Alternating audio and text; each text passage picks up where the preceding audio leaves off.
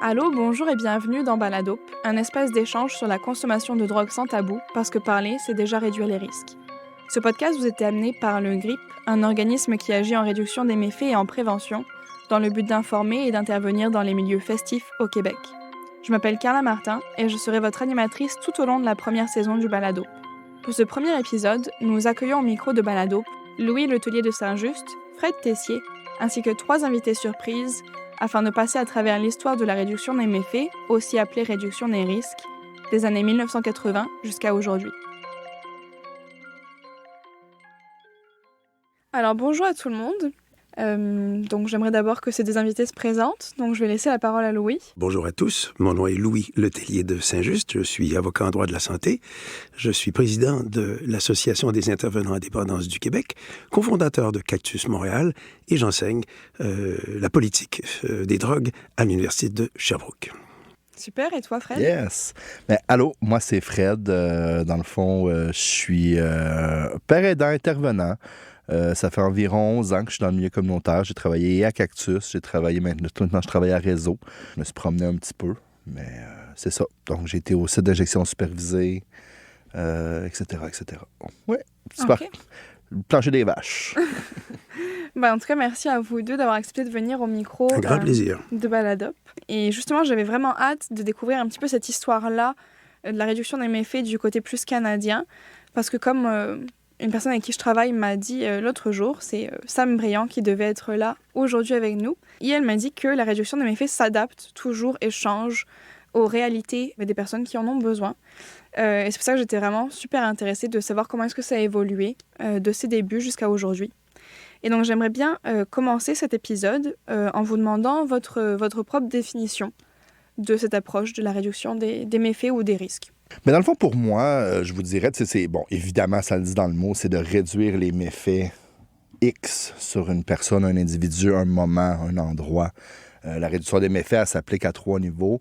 Au niveau de l'individu, au niveau social, puis environnemental, oui, c'est ça. Merci, Louis. Donc, c'est ça. Fait que, tu sais, ça travaille vraiment à 3 niveaux. Celui qu'on voit le plus souvent, je vous dirais que c'est plus au niveau de l'individu. C'est celui que dans les organismes, nous, on parle plus. Et au niveau de l'environnement aussi, de la personne, ce qui est autour de la personne. Au niveau social, ça va être plus avec au niveau des gouvernements, au niveau de la santé publique, puis tout ça. Mais moi, ce que j'ai travaillé plus, c'est vraiment au niveau de l'individu, puis au niveau de l'environnement de l'individu. Oui. D'accord. Et donc, le niveau social, c'est plus au niveau politique. Moi, j'aurais pensé que, comme les organismes de réduction des méfaits font aussi des changements au niveau social, on fait de la politique. En réduisant on fait de la politique, c'est sûr. On fait beaucoup de politique. Mais on y reviendra, j'imagine. Mais on y reviendra. Et toi, du coup, Louis, c'est quoi ta vision? Moi, j'ai une vision peut-être un petit peu plus... en fait, sans qu'elle soit trop académique, il faut comprendre que la réduction des méfaits ou la réduction des risques, elle appartient au domaine de la santé publique, qui, elle, s'intéresse aux populations. Alors, d'une façon très intellectuelle, on peut dire que la réduction des méfaits, c'est aussi ce qui se traduit à travers des politiques, à travers des stratégies qui s'adressent à un contexte donné, un phénomène, une circonstance particulière, et voir comment est-ce qu'on peut sécuriser les populations, soutenir les populations pour amener un meilleur état de santé. Alors, dans notre cas, à nous, évidemment, c'est de sauver des vies, c'est d'offrir des services, c'est de voir à une approche la plus ouverte possible pour rejoindre un maximum de personnes sans insister, le seul objectif, de l'abstinence. Alors, dans notre milieu, ce n'est pas ça. Il y a une ouverture pour justement rejoindre toutes les personnes qui sont visées. Notre existence, elle est basée sur la porte ouverte. Là où ceux qui viennent, qui la posent, cette porte-là, vont se retrouver. Ils vont se reconnaître à travers des intervenants du milieu. Ça va leur parler. Ils vont se sentir en confiance. Plutôt que de se retrouver au sein même des entités du réseau public, par exemple en CLSC ou en clinique spécialisée, on va se retrouver davantage dans nos services. Oui, clairement. Tout à fait. Et l'idée, c'est de laisser les gens, de leur donner de l'information, mais de les laisser aller à leur rythme. De voir s'il y a une idée, en fait, s'il y a quelque chose d'urgent et d'intervenir. Éteindre les feux. Éteindre les feux rapidement. Ouais. D'être attentif aux besoins réels que les gens peuvent exprimer ou parfois ne pas exprimer. Et ça, c'est votre boulot sur le terrain. Le petit sixième sens, là. C'est ça. Des fois, il faut faut tirer des cordes avant d'avoir la vraie raison pourquoi les gens y viennent. OK, le sixième sens, c'est à travers le savoir expérientiel. Oui, exactement. Ouais. D'accord. Et sinon, comment est-ce que vous en êtes venu à vouloir travailler dans ce milieu-là? Ben, dans le fond, moi, c'est ça. Comme j'ai dit au début, je suis quelqu'un du milieu, donc je suis un ancien travailleur du sexe, consommateur, jeune de la rue, on va dire comme ça, jeune de la rue. Puis, la réduction des méfaits, c'est un peu ça qui m'a sauvé. Dans le fond, à l'époque, c'est un peu ça. C'est, dans le fond, des intervenants à réseau. À l'époque, quand j'étais travailleur du sexe, j'allais au local de travail du sexe, qui est un centre de soir avec de la bouffe, des intervenants qui comprennent. Tu peux t'asseoir, tu peux dormir, tu peux écouter la TV, tu peux chercher des clients sur Internet, etc. Oh, wow. Oh oui, non, c'est très, très cool comme place. Puis, j'ai toujours été un peu allumé. T'sais, j'ai toujours eu la fibre d'intervention puis tout. Je le faisais avec mes amis anyways. Fait que, tu sais, il y a un intervenant là-bas qui m'a dit, connais-tu le GIAP, le groupe d'intervention alternative par les pairs qui est à Cactus? Puis j'étais comme, mais non. Là, elle m'en parlait. J'ai appliqué, puis j'ai eu le poste. J'étais père aidant à l'anonyme, parce que dans le fond, le GIAP, c'est un peu comme une agence de placement pour père aidant. Un peu. On va dire ça grosso modo pour que les gens comprennent. Il y avait 15 heures à faire en ressources au GIAP à Cactus, dans les locaux de Cactus, puis il y avait 20 heures à faire en ressources. OK. Donc, les ressources étant des autres ressources, un peu comme on disait tantôt, mais moi, j'étais à l'Anonyme, qui est un autobus de distribution de matériel, qui a aussi un SIS maintenant depuis quelques années. Puis dans SIS, le fond, site d'injection supervisée. supervisée. Oui, site d'injection, mais roulant. Ou de consommation. Mais on site de consommation. Ouais, maintenant, dans consommation l'appellation supervisée. moderne. Oui, on dit site de consommation, mais celui-là, il est roulant. Mm-hmm. C'est le mobile, dans le fond. Mais moi, j'étais pas dans le mobile, mais pour faire un lien avec le show. Fait que dans le fond, c'est ça. Puis, petit peu par petit peu, j'ai fait mon chemin au GIAP. Un jour, il y a eu un poste qui s'est ouvert au site fixe de Cactus avant les sites de consommation supervisés. Mm-hmm. Et je l'ai eu. Puis après ça, j'ai continué à faire mon bout de chemin dans la réduction des méfaits parce que c'est l'approche qui a marché avec moi. Fait que j'essaie de transmettre ça aux gens du mieux que je peux. En ce qui me concerne, moi, j'ai un tout autre parcours. Je réfléchissais à ça hier soir et je me disais, oui, c'est quand même clair dans mon esprit que j'allais me retrouver dans le milieu de la santé, mais dans le milieu de la santé terrain. Alors, tout jeune avocat, en 1982-83, j'ai décidé de faire une maîtrise en droit de la santé à l'Université de Sherbrooke. J'étais de la 2e promotion, donc à la fin de ma scolarité de maîtrise, je commence à m'impliquer dans le milieu, toujours un concours de circonstances, bien sûr, mais avec le docteur David Roy à l'époque, qui était le directeur du Centre d'éthique de l'Institut de recherche clinique de Montréal. Il était impliqué au comité SIDA Action ou SIDA Aide Montréal à l'époque. Alors, on est en pleine pandémie du VIH, pleine pandémie du VIH, et il y a ce comité qui se met en place, évidemment, dans la communauté gay, la communauté homosexuelle montréalaise. Et de là part mon grand périple de près de 35, 38 ans maintenant, dans le milieu de la réduction des risques ou de l'évolution des politiques sur les drogues. Alors, début 1983, et je pense avoir été l'un des premiers avocats à m'intéresser aux litiges, aux problématiques juridiques que connaissaient non seulement les personnes homosexuelles, mais les personnes hétérosexuelles vivant avec le VIH, que ce soit au niveau de droit familial, garde d'enfants, congédiement, parce on refusait de préciser ou donner accès à son dossier médical pour établir sa séropositivité ou non. Alors, j'ai eu à représenter, par exemple, et je tiens à la nommer, Louise Lamotte, qui a été congédiée par un centre de réadaptation au Québec, alors qu'on commençait à peine à revoir nos politiques de santé ici en matière de réduction des risques face à la crise du VIH, à la pandémie du VIH. Et ça a été le tout début de ma carrière dans ce secteur-là. Louise Lamotte, ceci étant dit, nous avons gagné en arbitrage un congédiement inapproprié, un congédiement illégal. À cause du VIH? À cause du VIH. Et elle n'a jamais vu la couleur de l'indemnité à laquelle elle a eu droit. Et comment ça se fait? Elle est décédée. Et je tiens à nommer, parce que c'est des gens qui sont disparus aujourd'hui, comme ils nous en disparaissent. On en perd à réseau, on en perd dans tous nos organismes. À chaque année, ils ont des noms, ces gens-là. Mm-hmm. Et Louise, je me souviens de l'avoir accompagnée parce qu'elle témoignait à la 5e conférence internationale sur le sida qui avait lieu ici à Montréal. Elle était en chaise roulante à cette époque-là et elle a rendu un témoignage émouvant. Et je m'en souviens encore. Mais justement, si on parle de l'épidémie du VIH, est-ce que tu pourrais nous expliquer dans les années 80-90, quel était le climat autour de cette lutte-là? Alors, il faut voir que quand la grande pandémie du VIH-Sida nous est arrivée, la société ou nos sociétés industrialisées s'étaient passablement endormies autour du risque d'avoir d'autres grandes épidémies que celles qu'on a connues dans les années 40, 50, 60. Alors, on n'y pensait plus vraiment. Et quand le VIH-Sida est arrivé, nos sociétés ont été prises vraiment les culottes à terre. On n'avait pas les outils nécessaires pour faire face à une pandémie d'une telle ampleur. D'abord, on l'a nié parce que, très simplement, ça touche à des tabous de la société, le sexe, la sexualité, et on en a fait la peste. La peste gay. La peste gay, oui. Alors, c'était le cancer gay. C'était le cancer gay, mais c'était vraiment la peste gay. Jusqu'au jour où, avec les études, c'est allé quand même assez rapidement. Alors, combien de discriminations les individus ont-ils vécu à cette époque-là, partout dans nos sociétés? C'est inimaginable. On en sent encore les stigmas aujourd'hui, Absolument. En 2023, de cette épidémie-là, la communauté gay. On sent encore ces stigmas-là, existent encore. Dans Ça quel vous suit sens? toujours. Ça suit toujours. C'est ancré en nous, je pense. Faut pas oublier que ça s'est passé, puis que tous nos frères, nos sœurs sont décédés dans ces années-là. Puis récemment, en plus, je me suis remis un peu là-dedans. J'ai écouté quelques séries télévisées qui relatent ces années-là. Puis j'étais comme c'est comme si tous tes amis autour de toi décèdent du jour au lendemain. Tu sais, ils riaient un peu, tu sais, veut pas, faut rire des fois dans la tristesse, puis ils disaient à combien de funérailles t'es rendu? Genre 400, quelque chose comme ça. Fait que, tu sais, c'est beaucoup, là, tu sais, quand tu dis que, tu sais, la marche, la Fierté Montréal, bon, aujourd'hui Fierté Montréal, mais la parade gay, c'était une marche funèbre.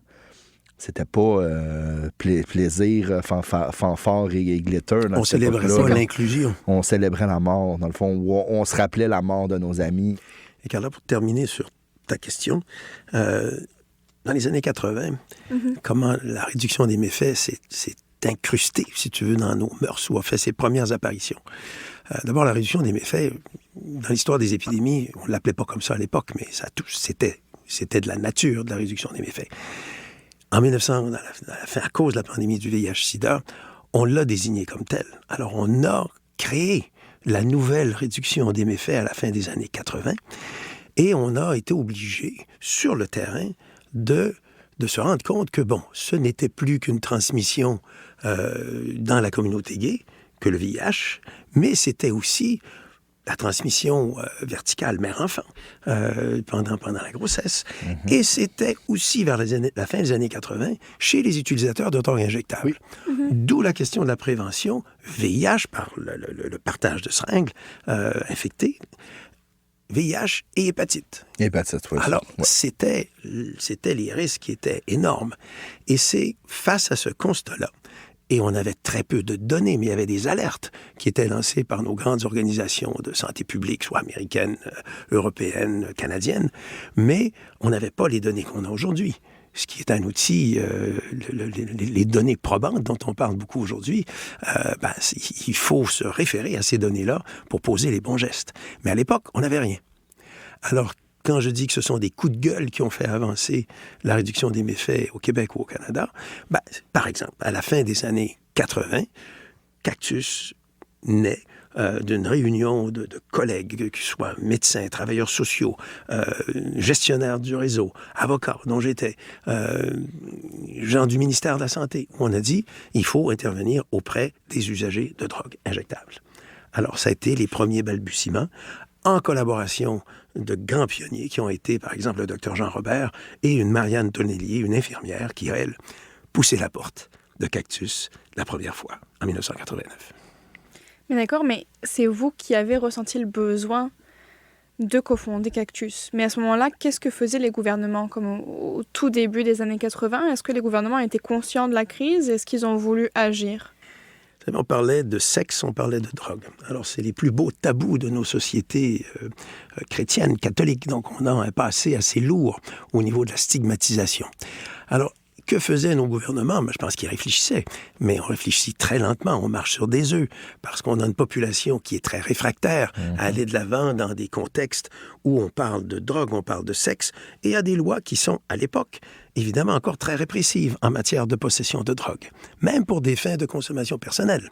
Alors, on avait cet héritage du début des années 60, où c'était carrément la guerre à la drogue lancée par l'Amérique de Richard Nixon, et aussi une très mauvaise interprétation des grandes conventions internationales sur les stupéfiants. Alors, ça nous a donné des législations américaines très, très rigides, très répressives, et le Canada, bien sûr, voisin immédiat, A suivi. a suivi, Ouais. avec des principes parfois un peu plus libéraux, mais l'essence même demeurait répressive. Alors, à la fin des années 80, on se battait contre ça, mais on devait réagir à une pandémie qui risquait d'avoir des impacts beaucoup plus importants sur l'ensemble de la population que sur les seules communautés que la crise visait elle-même.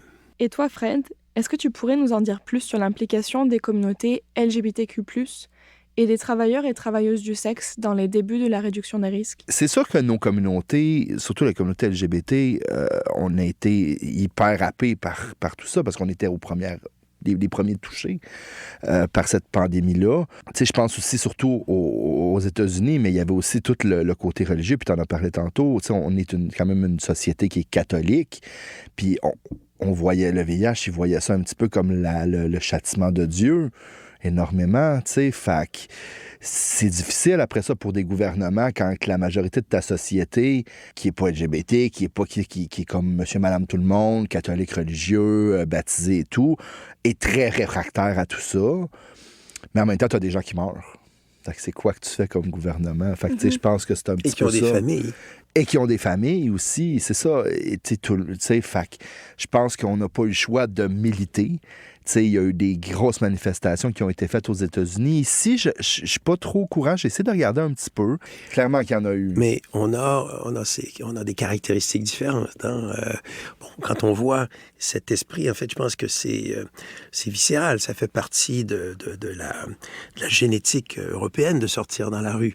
Hein? Lorsqu'on a des désagréments avec ces gouvernements, on sort et on sort fort. Ouais. Ici, c'est quand même assez récent, nos sorties dans les rues. On le voit actuellement parce qu'on a quand même des grèves qui sont importantes dans le secteur public. Mais ça reste pacifique, alors, souvent. Et ça reste... Il n'y a pas trop de débordements. Hein. Ça reste que très poli d'une certaine façon, mais on sort davantage. Alors, oui, il y en a eu, C'est ça. mais aux États-Unis, davantage. On peut penser dans les grandes manifestations internationales, par exemple, les grands congrès VIH-Sida qui avaient lieu à chaque 2 ans à l'époque. ACT UP, qui était cette organisation internationale de référence, faisait vraiment des manifestations choc, troublantes. Même. Oui, le monde mort dans la rue, là, puis il se faisait... Ah oui, c'était... Et sur place, sur les lieux, contestation... avec une certaine, violence, mais verbale, par rapport aux conférenciers, qui étaient très souvent des politiciens, et il fallait les interpeller. Ouais. Il fallait les interpeller de cette façon-là dès le début. Il faut choquer des fois pour se faire entendre. Tout à fait. Ouais. Mais il faut que l'action militante aussi évolue avec le temps. Effectivement. On n'est plus en 1989. On a passé plusieurs étapes. On a des gouvernements qui ont bougé. On peut parler d'une autre en 2000, particulièrement en 2015 et aujourd'hui, avec le gouvernement fédéral en place, mais il ne faut pas les laisser trop longtemps seuls. Non. Il faut toujours leur rappeler leurs obligations. On est là. Ouais. Ouais. Puis qu'on existe. Mais c'est ça que j'aime bien du mouvement de la réduction des méfaits, c'est vraiment les communautés, le peuple, qui avec ses connaissances a décidé de faire remonter ça au gouvernement dû à l'inaction et l'ignorance des politiques. Et ce milieu-là a une grande vertu, c'est sa patience. Parce que si on n'a pas cette patience-là, d'abord, il faut être insistant, choisir la manière dont on souhaite être insistant selon les moments. Mais d'abord et avant tout, c'est la patience. Parce qu'on sait très bien que les politiques, quand je dis les politiques, je parle des politiciens, ne bougent pas au même rythme que l'on souhaiterait. Mm-hmm. Et on ne bouge pas au même rythme que les crises évoluent. Effectivement. Alors, on le voit bien avec la crise du logement, la crise du sans-abritisme, de l'itinérance, la crise des surdoses, la crise de la santé mentale. Tout ça est imbriqué. Tout ça est interrelié, effectivement. Et pour vous, quels sont les moments clés de l'histoire de la réduction des méfaits à Montréal ou au Québec en général? Même au Canada, en général, Oui, on va ben, plutôt oui, viser ça nous influence, l'histoire hein. canadienne. Ben, c'est ça, dans le fond, j'avais pensé de parler de quelques événements, dans le fond, qui se sont passés au cours des années à Montréal. On peut parler de la marche des parapluies rouges, qui était, dans le fond, pour les travailleurs et travailleuses du sexe, qui est, dans le fond, pour démystifier c'est quoi le travail du sexe, c'est quoi qu'on fait avec ça. Puis, dans le fond, c'était Réseau Estella, en partenariat, qui organisait cette marche-là, qui était en support au travail du sexe, etc. Super marche, là, on arrivait avec nos parapluies rouges, talons rouges, les gens marchaient en février. Ça fait une couple d'années, je pense que ça n'a pas eu lieu, malheureusement. Mais c'était une action très intéressante qui avait été faite en réduction des méfaits au travers des années à Montréal pour les personnes travailleurs du sexe. Est-ce que c'était une action annuelle, Oui, c'était annuel, c'était à chaque année. Ouais. comme une sorte de parade, C'était une marche. une marche? C'était une marche, puis dans le fond, tout le monde avait des parapluies rouges. Et il y en avait aussi, c'était des talons au rouge. Puis le monde, il marchait en plein mois de février, en petits talons. Puis, Oh, wow. Pour marquer les esprits. Pour marquer les esprits, exactement. Évidemment, je parlais de campagne de marketing social tantôt, dans les années 90, Réseau.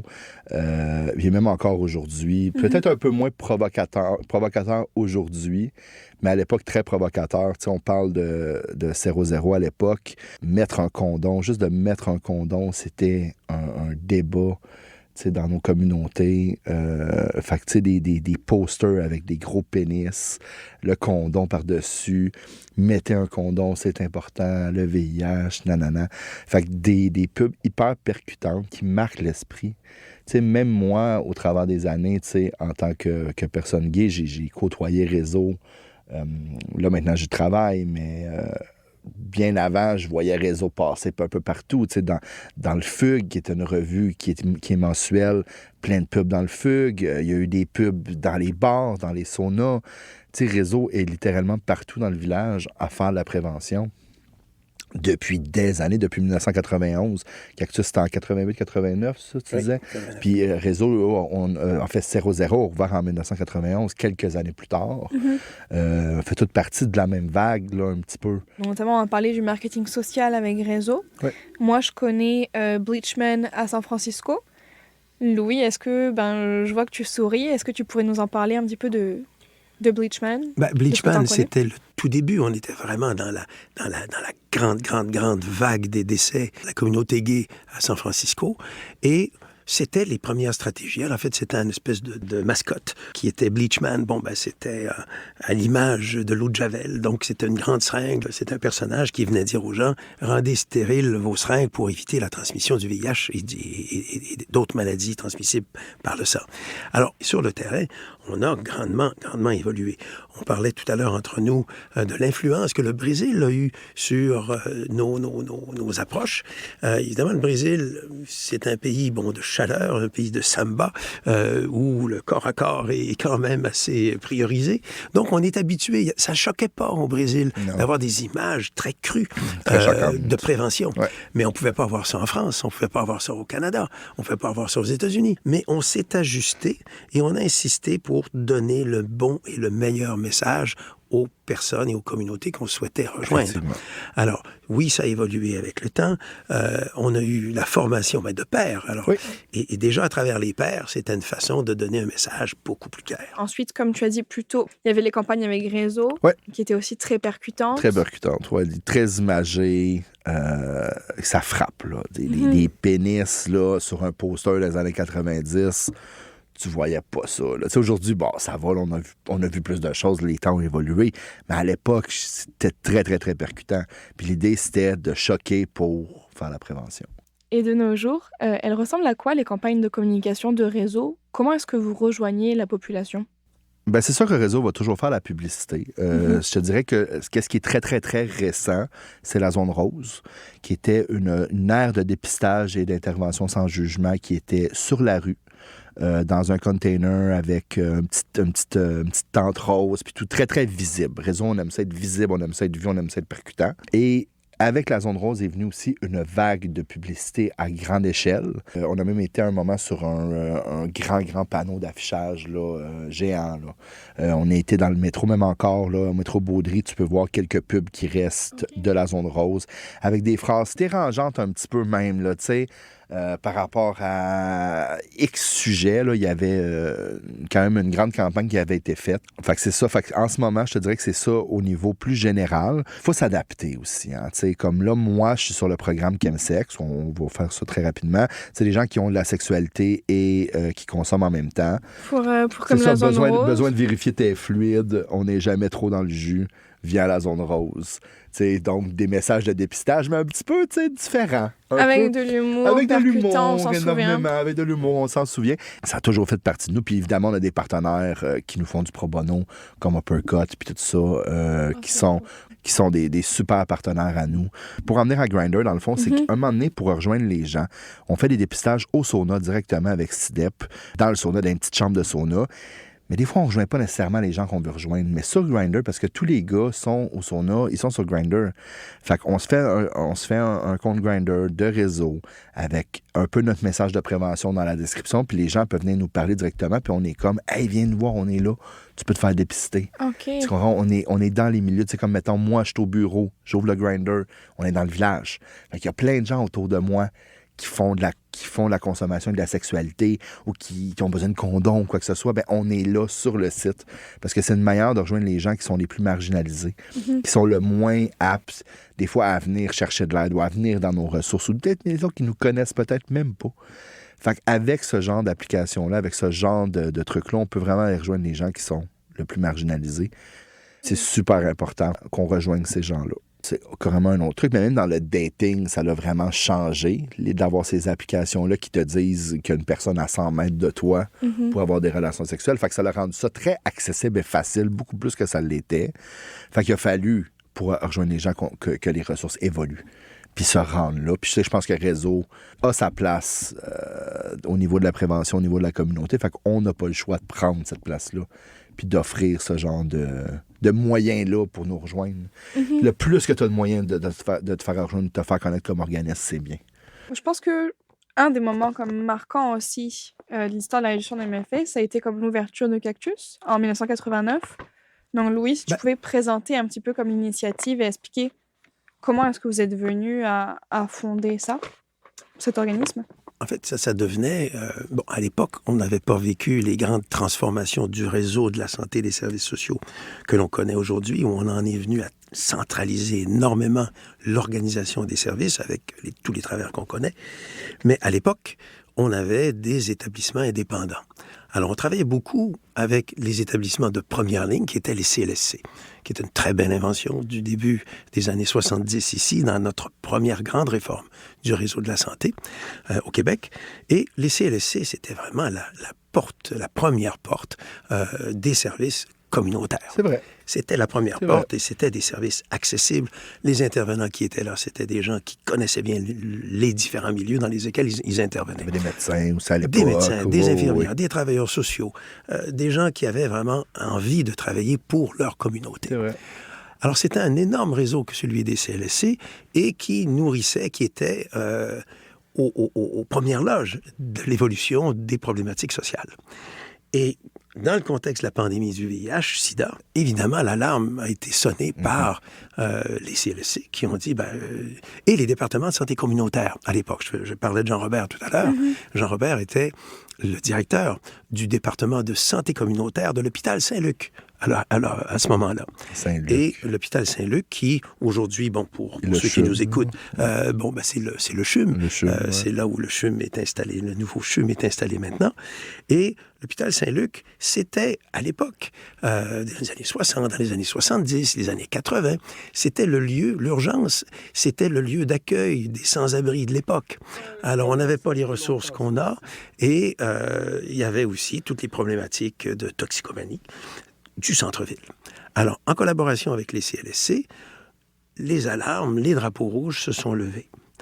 D'où une espèce de prise de conscience de différents intervenants, dont j'ai pu faire partie par chance, et aussi, moi, je suis très reconnaissant de la vie, parce que ça m'a donné accès à des individus formidables, mais aussi à me permettre de toucher à mon objectif de jeune avocat, c'est-à-dire de travailler sur le terrain. Et c'est ce que j'ai fait au tout début avec des collègues qui étaient, comme je disais tout à l'heure, je pense à Julie Bruno, qui faisait partie de cette première réflexion sur les Élise Roy, Pierre Côté, qui sont des pionniers dans leur Mario domaine. Bilodeau aussi, je Mario crois. Bilodeau. Mario est venu plus tard comme directeur ok. général de Cactus. Et des gestionnaires du réseau, Richard Cloutier, je ne veux pas en oublier, mais un petit groupe où on s'est dit, il faut faire quelque chose. Alors, avec la force de frappe qu'on avait, on était capable de solliciter nos dirigeants de l'époque, et c'était Mme Thérèse Lavoie-Roux, qui était ministre de la Santé et des Services sociaux à l'époque. Elle avait une ouverture parce que c'était une travailleuse sociale. Donc, on avait déjà bon espoir qu'on puisse faire en sorte, et beaucoup avec le travail de Jean Robert, de faire en sorte que la santé publique allait se redéfinir. La législation, la loi sur la santé publique, la réglementation sur la santé publique donnait très, très, très peu de marge de manœuvre aux directions de santé communautaire de l'époque. Alors, Jean m'avait dit, j'étais tout jeune avocat et j'avais bien hâte de travailler avec lui. Jean me dit, Louis, trouve-nous une brèche dans la réglementation de la santé publique pour qu'on puisse travailler sur le terrain sans se faire taper sur les doigts. Il y avait très peu de choses. C'est sûr. Alors, quand on parle de coup de gueule pour faire avancer les choses, c'était ça. Alors, on a trouvé une petite brèche et un Jean Robert de ce monde est venu dire, moi, je rentre dedans. Et c'est ça qui a fait en sorte que nos politiques ont évolué, que le gouvernement, et Jean avait déjà là une très bonne influence au sein du gouvernement, au ministère de la Santé, et on a commencé tranquillement à intervenir sur le terrain en se rendant près des travailleurs et des travailleuses du sexe, là, dans les bars, dans les petits cafés où les gens se retrouvaient, pour distribuer du matériel sécuritaire. On distribuait pas de seringues, bien sûr, mais on avait beaucoup plus d'informations à distribuer. Alors, c'est comme ça que ça a commencé. Et Cactus a vu le jour précisément compte tenu de l'ampleur de l'épidémie, de la possibilité de transmission de VIH et d'hépatite chez les utilisateurs de drogues injectables. Ok, je pense que c'est important de noter que Cactus, c'est un organisme de réduction des méfaits. Tout à fait. Qui est venu, dans le contexte de la prévention du VIH. Ça. En 1989. En 1989. Et c'était officiellement le premier programme comme tel. Bon, après ça, je vais y aller vraiment avec des grandes balises, des grandes bouées. On a eu, après ça, la naissance ici d'autres organisations. Dopamine est arrivé, Spectre de rue, l'Anonyme beaucoup plus tard. Mais on a eu, sur le plan canadien, évidemment, c'est notre organisme phare, je dirais un peu mentor en réduction des méfaits au Canada, c'est Insight. Effectivement. Oui. C'est le premier site d'injection. Voilà. Donc, et ça, c'est arrivé quand même un petit peu plus tard, en 2003. Oui. Alors, c'est arrivé un peu plus tard. Mais dans les années 90, les gouvernements fédéraux ont eu à être sollicités sur leur révision de leur politique sur les drogues. Et ça a été excessivement douloureux. C'est un exercice douloureux parce que on fonctionne toujours en fonction de son électorat. C'est compliqué. Et est-ce que c'est un sujet à ce point important pour qu'on en fasse une priorité? On était loin de la coupe aux lèvres, hein? On était loin de la coupe aux lèvres. Alors, il y a eu des étapes quand même marquantes. Début des années 2000, on a quand même eu une première stratégie nationale sur les drogues qui avait inséré la réduction des méfaits comme un des piliers. Alors, au même titre que l'application de la loi, au même titre que le traitement, au même titre que la prévention. C'était un des piliers. Et ça, c'est un acquis formidable. Oui, effectivement. Et, comme pour se le dire tout à l'heure, tout est toujours fragile parce qu'un changement de gouvernement... Alors, Insight est né sous un gouvernement libéral, fédéral. Il est né en 2003. En 2003. Ouais, puis Insight, au début, c'était des infirmières, c'était une gang d'infirmières qui ont décidé d'ouvrir quelque chose, puis c'était très clandestin, Insight, au début. Là. C'était pas un site officiel fait par le gouvernement, puis tout ça. Là. C'était des infirmières, moi, ce que j'ai entendu dire, quasiment dans un sous-sol, qui recevaient des gens. Mais il n'y avait pas d'exemption à la loi. Puis comme on voit aujourd'hui, là, c'était très clandestin, c'était très dangereux. Ouais. Fait que des infirmières qui décident de faire ça par l'inaction du gouvernement, ça parle énormément. Qui essaie de faire créer un site clandestin d'injection supervisée. Oui. Il faut le faire. Là. Et donc, ils ont fait ça sans l'autorisation. Mais je crois qu'il y a un autre centre qui s'appelle le Dr. Peter Center. Et lui, puisque tu en parles, Carla, et tu le sais probablement, Fred, au moment où Insight a reçu son exemption, donc la légalité lui permettant d'opérer son site d'injection supervisée, le Dr. Peter Center existait, lui. Et le Dr. Peter Center, c'est un bel établissement. Alors, avec des lits, avec des services. Et Dr. Peter Center, opérait un site de consommation ou d'injection supervisée j'étais pas au courant. à l'intérieur de ces murs sans avoir d'exemption fédérale comme C'était Insight. ça, là. Ouais. Et c'est arrivé très longtemps. Bien plus tard. Beaucoup plus tard. Donc, on tolérait. Alors, tout ça pour vous dire que Est-ce qu'on tolérait ou est-ce que juste c'était pas connu? c'était connu. C'était connu. Et le Dr. Peters Center est dans un quartier résidentiel. D'accord. Et c'était accepté par les résidents? Je dirais que c'était accepté. C'était probablement un peu plus que toléré. Parce que, et c'est pas du tout dans le même quartier où se trouve Insight, parce que c'est dans le downtown Insight où tu es probablement allé, et c'est un des quartiers les plus pauvres au pays. Peut-être que ça a changé légèrement aujourd'hui, mais vraiment, vous mettez les pieds dans le downtown Eastside, vous êtes sur la Lune. Là. Ouais, dans un autre monde. Et donc, c'est un contexte particulier. Insight est né aussi avec l'appui des services policiers. Les services policiers, avant 2003, appliquaient la loi. À la fin des années 90, ils ont dit « ça suffit. Les gens nous meurent dans les bras. Les gens meurent dans nos bras. Ça sert à quoi, nos actions policières? » Donc, c'est grâce à l'ouverture, j'allais dire, de certains policiers. Et à l'époque, il y avait au département de police de la ville de Vancouver un nommé Don McPherson, qui est devenu plus tard un pionnier de la réduction des risques au pays. Et Don est devenu le directeur général de la Coalition canadienne sur les politiques sur les drogues, et qui était un grand organisme, et qui est toujours un grand organisme avec une influence importante au Canada et ailleurs. Et Don McPherson était un gestionnaire au sein du service de police de la ville de Vancouver. Alors, il a fait évoluer les choses, les policiers ont bougé, et c'est de là où est né Insight.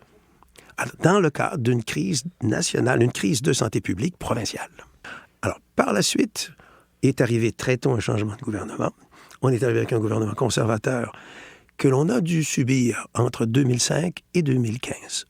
Ce sont 10 pour la réduction des méfaits au pays, pour l'évolution de la santé publique au pays, ce sont 10 années de noirceur, de grande noirceur, pour plusieurs raisons. D'abord, d'une politique nationale de santé publique, une stratégie nationale de santé publique, le gouvernement conservateur, très rapidement après son élection en 2005, a retiré la réduction des risques comme l'un des piliers pour mettre l'accent sur la loi et l'ordre. On a raffermi les politiques, les sanctions au niveau de la possession de drogue, et on a fait vraiment des usagers de drogue et des gens qui avaient une problématique de santé. Ouais, comme il disait même à l'époque, c'était une période d'austérité. Même le gouvernement utilisait ce terme-là. Ouais. Une période d'austérité au Canada. Donc, c'est pour ça que c'était difficile. Puis, il y a beaucoup de coupures, énormément de coupures. Coupures, oui.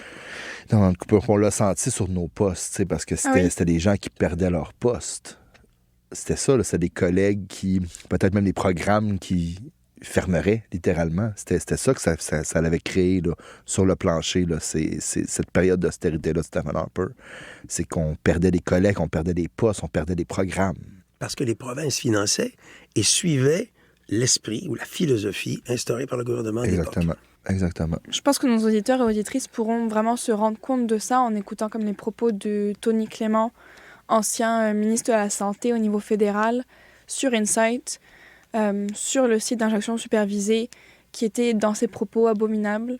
Donc, si vous êtes curieux, il y a encore des vidéos et des articles sur Internet. Vous pouvez aller voir si vous voulez vous rendre compte comme du climat à quel point c'est austère. intense. Là. Exactement. Ouais. Si je peux juste ajouter quelque chose sur cette période-là, sans trop insister, à mon sens, le gouvernement conservateur et en reste de l'époque, le gouvernement conservateur de Stephen Harper, est vraiment responsable de la crise des opioïdes que l'on connaît aujourd'hui et son ampleur. Oui, parce que c'est un peu à cause de lui que ça a été si long avant qu'on ait les autres sites d'injection supervisée à Montréal, à Toronto. C'est à cause d'eux, parce qu'ils ont mis les freins sur ça. Puis moi, je me rappelle mes collègues directeurs ou directeurs adjoints qui écrivaient les demandes avec les CA et tout. Ils se faisaient renvoyer les demandes pour une virgule de trop ou un mot pas correct. Puis là, il fallait tout réviser, il fallait tout refaire. Fait que c'était long, c'était lourd, c'était compliqué. Puis c'était ça qu'ils voulaient. C'était littéralement ça que le gouvernement voulait, que ça soit compliqué, puis qu'en bout de ligne, qu'on les aille un peu pas. C'était un peu ça. L'idée, c'est de faire... C'est tellement compliqué qu'on n'y ait pas accès. En bout de ligne, c'est ça qu'on sentait, nous. On était comme, mais voyons, nos usagers décèdent, là. Nos collègues sont à terre parce que les usagers décèdent. Pourquoi ça bloque encore? Pourquoi qu'on les a pas encore? Mais parce que le gouvernement fait encore ses pieds de manche sur son électorat. Parce que le gouvernement n'est pas là pour nous, il est là pour sa perdurance. Moi, ça a toujours été ça que ça m'a fait sentir. Après ça, bon, il y a des gouvernements qui sont mieux, il y a des gouvernements qui sont plus progressifs, mais quand même, le gouvernement est là pour sa perdurance, pas pour nous. Oui, mais c'est Et justement c'est là pas une fausse perception. Mais c'est justement là qu'on peut voir que les communautés sont vraiment résistantes et patientes. Ils n'ont pas le choix. Justement, avec les problèmes qu'ils ont eu en 2008 avec Insight, le fait qu'ils aient pas eu le renouvellement de l'exemption, et qu'en 2011, ils se retrouvent devant la Cour suprême du Canada pour justement, je ne sais pas si Louis, vous aimeriez plus en parler. Ben oui, parce que, donc, on se retrouve en 2007, par exemple, avec le retrait de la réduction des méfaits de la stratégie nationale sur les drogues, et avec un resserrement sans précédent des sanctions concernant la possession simple, avec un impact sur les problématiques de vie des usagers de drogue, les communautés LGBT, avec les communautés autochtones, il ne faut pas les oublier, parce que cette crise... racisées et tout. Absolument. Les personnes, les personnes de race noire, les communautés autochtones ont été largement impactées par ces politiques-là. Et il ne faut pas l'oublier. Donc moi, j'accuse ce gouvernement d'être responsable de l'ampleur de la crise que l'on connaît. Heureusement, à la fin des années, à la fin de leur dernier souffle, le gouvernement Trudeau, Justin, est arrivé avec des intentions très claires. Évidemment, la voie était belle, était bien ouverte pour dire voici nos intentions, nous allons ramener la réduction des risques comme pilier de la stratégie nationale sur les drogues. On va même aller plus loin, on a une perspective de santé publique, il faut aller vers la légalisation du cannabis. Alors ça aussi, ça a été rapidement un de leurs objectifs qu'ils ont atteint. Et tout ça est dans le même moule. Hein.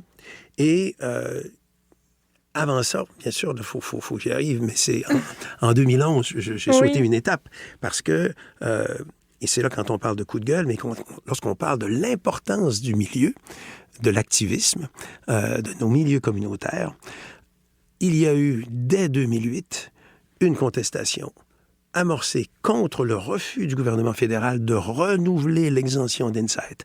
C'est-à-dire, Insight avait une exemption qui avait duré 1 an, 2 ans, 3 ans, renouvelée, mais depuis l'arrivée des conservateurs en 2005, on étirait un petit peu la sauce. On ne donnait pas trop de réponses. On dirait, mais peut-être que oui, on va vous renouveler 30 ou quelques mois. Jusqu'à un moment où on s'est dit, non, votre refus déguise quelque chose, c'est-à-dire votre attitude déguise quelque chose, c'est-à-dire votre refus de renouveler. Et c'est là que des usagers de Vancouver, avec le soutien du réseau juridique canadien VIH de l'époque, notamment, et PHS, qui était l'organisation qui supportait Insight, sont allés devant les tribunaux en Colombie-Britannique. En première instance, on a établi que le refus du gouvernement fédéral allait à l'encontre de la Charte canadienne à propos des droits fondamentaux que sont le droit à la vie, à la sécurité et à la liberté. La Cour d'appel a maintenu le jugement. Et c'est en 2011 que nous nous sommes rendus en Cour suprême. Cactus y était présent au sein d'une coalition internationale avec le Harm Reduction International et le réseau juridique canadien VIH. Nous sommes intervenus en Cour suprême et la Cour suprême, dans un jugement unanime rendu, et c'était le début de nos jugements d'une Cour suprême très libérale, très axée vers le respect de la Charte canadienne des droits, et en l'espace de quelques mois, c'est-à-dire entre le mois de mai, le 10 ou le 11 mai 2011 et le 30 septembre 2011, on a eu un jugement unanime qui venait dire au gouvernement fédéral, vous avez excédé votre pouvoir discrétionnaire. Ça suffit. Et Insight répond à un besoin. La toxicomanie est une maladie et Insight est un service de santé qui sauve des vies.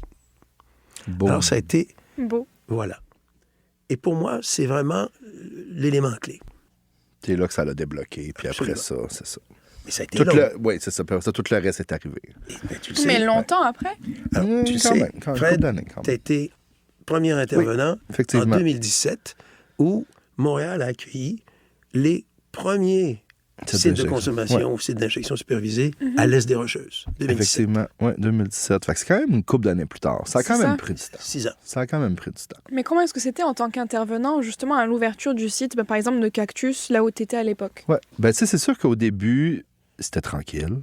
Parce que quand tu changes un service, quand tu changes, même si c'est 3 coins de rue, faut que les gens te retrouvent. Faut que les gens te fassent confiance. Je pense que c'est la confiance au début, énormément. Le fait que c'était les intervenants de Cactus qui étaient là a énormément aidé. Parce qu'au début, ça a été quand même compliqué. Là. Ils ne savaient pas si on était inclus, si on n'était pas inclus, si le CIUS le faisait tout seul, si c'était en partenariat avec Cactus, si on les faisait dans nos locaux, si on les faisait dans les locaux du CIUS. Parce qu'on tantôt parlait du CLSC, maintenant on parle de CIUS. Donc, ça a été quand même un gros branlement de combat. Puis, finalement, on a décidé d'ouvrir avec le CIUS, donc au CLSC proche de Saint-Laurent, avec les intervenants de Cactus et en partenariat avec les infirmières. Puis le fait qu'on était là, on a facilité le lien de confiance parce qu'il y avait déjà un lien de confiance avec nous. Ça a juste pris, je pense, du temps avant qu'on aille un roulement. Puis là, maintenant, aujourd'hui, ça roule comme ça a toujours roulé. Mais oui, au début, c'est ça. Je pense que ça a été vraiment de créer le lien de confiance avec la police ne viendra pas vous arrêter. Oui. On a une exemption. Donc, c'est d'expliquer ça aux gens puis de démystifier ça avec les gens. Mais non, c'était nécessaire. C'était nécessaire qu'on ouvre. C'était nécessaire et il était temps que ça rouvre. Mais tu as parfaitement raison, Fred, quand tu dis, bon, ça ne savait pas trop où on allait l'installer, ce foutu de site de consommation supervisée à l'époque. Mais tout est stratégique, hein? Tout est stratégique. Et tout est dans le partenariat, mais dans le bon partenariat. Et à l'époque, lorsqu'on a commencé à regarder cette possibilité ou à insister pour dire, ça nous en prend à Montréal, et plus que. Oui. Ça nous en prend plus que. Et là, on s'est dit, bon, c'est toujours un gouvernement conservateur. Ouf, on va s'y prendre comment? Et c'est là que, si par exemple, Dopamine était allé seul, si l'Anonyme était allé seul, si Cactus était allé seul, ça n'aurait pas marché. Non, ça n'aurait pas marché. Donc, le partenariat avec notre direction de santé publique, c'était incontournable. Et c'est à travers la direction de la santé publique de Montréal, c'est à travers eux qui ont piloté la demande d'exemption au gouvernement fédéral, justifiée en fonction des critères que la Cour suprême avait établis, justifier donc cette demande-là. Et c'est arrivé au bon moment et on l'a obtenu. Oui. Et après ça, évidemment, il fallait poursuivre nos conversations et nos échanges avec le gouvernement provincial parce que ce sont eux qui sont en charge de l'organisation. C'est pas le fédéral. Le fédéral donne l'exemption en vertu de la loi. Et vous l'avez eu quand, exactement? On l'a eu en fin 2016 parce qu'on a ouvert, on l'a ouvert en juillet 2017. Et donc, c'est très long parce qu'après ça, il faut s'arrimer avec le gouvernement provincial. Le fédéral, lui, il gère sa loi canadienne sur les drogues et autres substances. Et comme il y a de la circulation de drogues illégales, c'est pour ça qu'il faut avoir une exemption en vertu de la loi fédérale. Et bon, toi, évidemment, comme intervenant, tu manipulais des substances. Donc, il fallait que tu mettes ça dans nos voûtes. Dans les voûtes, oui, quand les gens l'oublient ou les perdent. Là. Voilà. T'as des voûtes qui sont comme fermées? Oui. OK, oui. Ouais, quand les gens oubliaient de la consommation sur place ou qu'il fallait fallait en disposer dans une voûte qui était, dans le fond, il y avait la police, le service de police qui avait une clé et la coordination de Cactus, du site fixe, qui avait une clé aussi. Et il fallait que les deux parties soient là pour débarrer la voûte. Et la police prenait et analysait aussi. Il y avait un but d'analyse aussi derrière ça. Également. Parce qu'il y avait c'est la crise du fentanyl. Savoir qu'est-ce qui circule. Qu'est-ce qui circule dans la rue, vraiment. Mais justement, je pense que Jean-Robert était un des premiers à faire ce système un petit peu d'analyse pour connaître justement ce qui circulait. Et après, il a eu des problèmes un petit peu de financement. Mais il a perdu ce financement, peut-être aussi dans cette période d'austérité-là. Avec les moyens du bord. Hein. C'est toujours délicat. Alors, il faut comprendre que Cactus n'a pas choisi l'endroit où il se retrouve aujourd'hui. On n'a pas choisi cet emplacement-là. Alors, c'est sûr qu'en se retrouvant dans un tout autre lieu que celui que l'on aurait privilégié davantage, ça nous a imposé d'autres contraintes. Avec notre environnement particulièrement. Mais en 2017, lorsqu'on s'est installé, on vivait quand même une grande période et le gouvernement fédéral, en tout cas, avait répondu depuis 2015 largement et très rapidement à cette crise. Je me souviens de Mme Philpott, Jane Philpott, qui était ministre de la Santé à cette époque, première ministre de la Santé sous le gouvernement Trudeau, réélue en 2015. Et Mme Philpott avait tenu un premier forum, une première conférence nationale sur les opioïdes et avait déclaré que c'était une crise nationale. Donc, tournant important. Mais là, après ça, il fallait s'enlever de la tête que la crise ne demeurait qu'en Colombie-Britannique. Non. Parce que je me rappelle, dans le fond, mai 2012, ça a été là que... Ça a été le premier mois où je pense qu'il y avait eu 20 décès ce mois-là. Puis c'était là le premier moment. Puis je me rappelle, j'étais dans l'autobus de l'Anonyme à ce moment-là. Autre grand pan important, c'est ce projet de décriminalisation de la possession simple de drogue en Colombie-Britannique. Alors, avec des ambitions de demander des exemptions ailleurs au pays, dont à Montréal, dont à Toronto. Moi, j'aimerais bien retourner plus sur le site d'injection supervisée et parler un peu plus des challenges que vous avez rencontrés lors de l'ouverture. Donc, notamment des challenges que tu as pu rencontrer en tant qu'intervenant, donc les réactions comme des résidents qui étaient autour. Ouais, ben tu sais, comme je disais tantôt, on n'était pas très bien, on n'a pas été très bien reçus par les condos autour. Tu sais, il y avait des gens qui venaient dans le site pour nous donner de la merde. On se faisait lancer des choses dans les fenêtres, des fenêtres qui ont été cassées aussi. La fenêtre d'entrée, maintenant, je pense qu'elle est rendue par balle, cette fenêtre-là. C'est du verre trempé maintenant, là, dans le sens où on peut plus, parce qu'il y a des gens qui sont extrêmement contre ça, qui sont très conservateurs, puis qui voudraient qu'on ferme. Parce qu'on attire la racaille, mais c'est parce qu'en même temps... ce qu'il faut se dire, c'est que même où Cactus est sur Sanguinet, c'était un parc avant qui était là. C'était un parc où il y avait déjà des consommateurs qui étaient là. C'est la même chose pour le site d'injection supervisée. Autour de Saint-Laurent, cet endroit-là, c'était les pipe shows. C'était des endroits extrêmement criminalisés où il y avait énormément de consommation. Fait que on n'est pas là pour rien. C'est pas à cet endroit-là pour rien. Il y avait déjà des gens qui étaient là, bien avant les condos, bien avant tout ça. Les gens consommateurs étaient là et fréquentaient, faisaient le travail du sexe dans ces endroits-là. Au Peace Park, qui est juste en arrière du site d'injection supervisée, le Peace Park a toujours été reconnu comme étant une place où il y a du travail du sexe, où il y a de la consommation, et ce, depuis des années. Et qu'est-ce que vous aimeriez dire aux résidents et aux résidentes qui appellent comme l'allée proche de Cactus, l'allée du crack, et qui se plaignent des conditions dans cet endroit-là. Donc il y a un article qui a été sorti par Radio-Canada en 2023 avec des résidents qui se plaignaient des conditions dans les immeubles, parce que des fois il y a des personnes qui rentraient par infraction. Donc des fois il y avait comme des excréments, du sang qui pouvaient se retrouver dans l'immeuble. Qu'est-ce que vous aimeriez dire à ces personnes-là? Si on revient juste un petit peu, Carla, sur l'ouverture d'un site de consommation, un site d'injection supervisée, il faut toujours s'attendre. D'abord, il faut très bien se préparer. Il faut bien se préparer parce qu'il faut anticiper les réactions négatives, qui sont légitimes au départ. Elles sont légitimes. Ouais.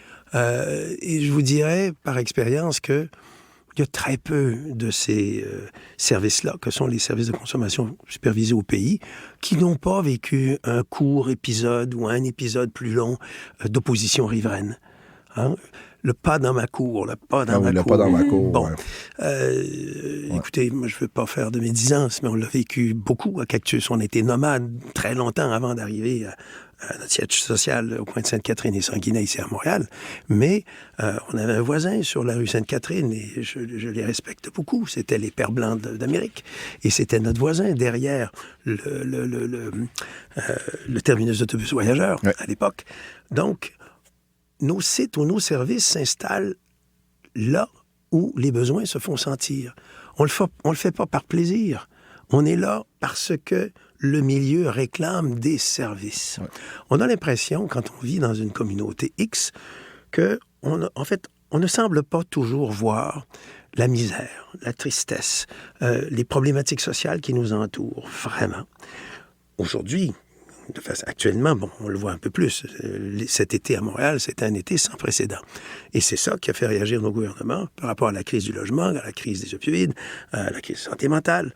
Mais lorsque on veut ouvrir un service, un centre d'accueil, un centre de jour, un site de consommation supervisée, là, on se dit, oh, attention, ça va aller mal.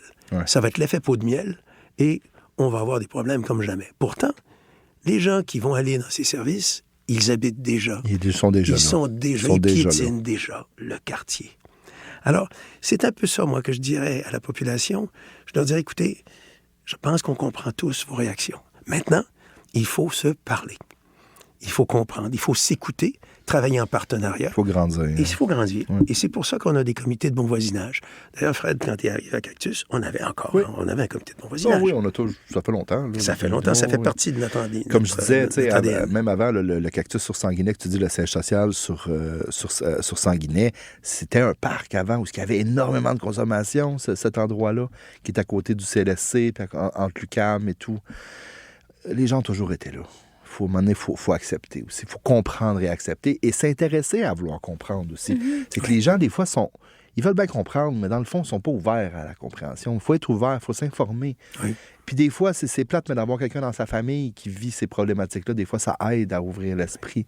Mais il faut quand même s'informer. Il faut aller au-delà de ce que les médias nous montrent, des fois, puis aller voir. Les preuves sont là. Il y a moins de seringues à la traîne. Quand on fait les blitz autour des sites d'injection, il n'y a quasiment plus de seringues à la traîne maintenant. Est-ce que tu pourrais dire ce qu'est un blitz? Un blitz, dans le fond, c'est un événement social où on invite les partenaires, on invite les politiciens, les policiers à venir faire du personal relationship, là, jaser, mais aussi se promener dans le quartier, ramasser des seringues ensemble, parler de prévention, faire un peu de PR et tout. Une action spontanée. Une action là, on dit, spontanée, on c'est ça. ramasse, On ramasse les seringues. les déchets. Mais juste depuis quelques années, il y en a vraiment moins dans le centre-ville, les seringues à la traîne, mais ça, c'est lié aux sites d'injection supervisés, parce que la plupart des injections, maintenant, se font à l'intérieur.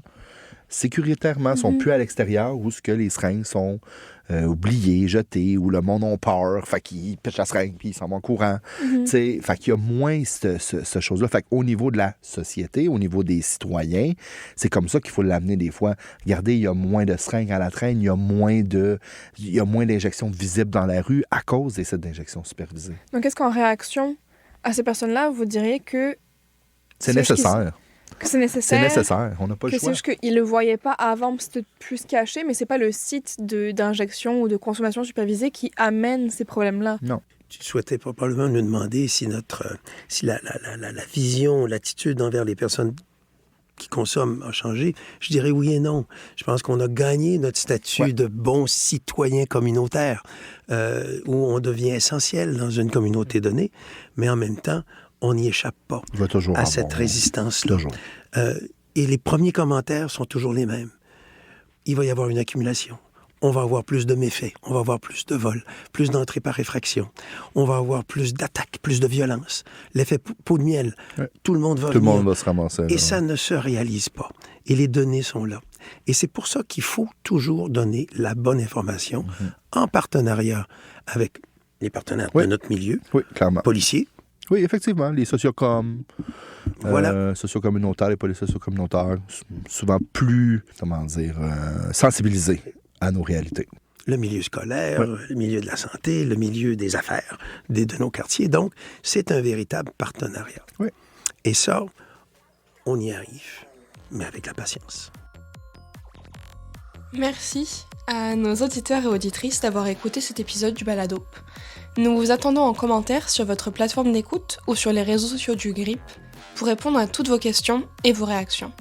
Pour celles et ceux qui aimeraient en apprendre plus sur le processus et sur les difficultés rencontrées pour et pendant l'ouverture de sites de consommation supervisés, vous pouvez rester un peu plus avec nous, car nous avons également discuté avec Sandhya Vadlamudi, qui était directrice de Cactus pendant l'ouverture du site de consommation supervisée en 2017, ainsi qu'Andréane Desilets, qui est actuellement directrice générale de la maison Benoît Labre et qui travaille fort avec ses équipes et Louis afin d'ouvrir un nouveau site de consommation supervisée à Montréal. Donc restez avec nous parce qu'on revient après une très courte pause.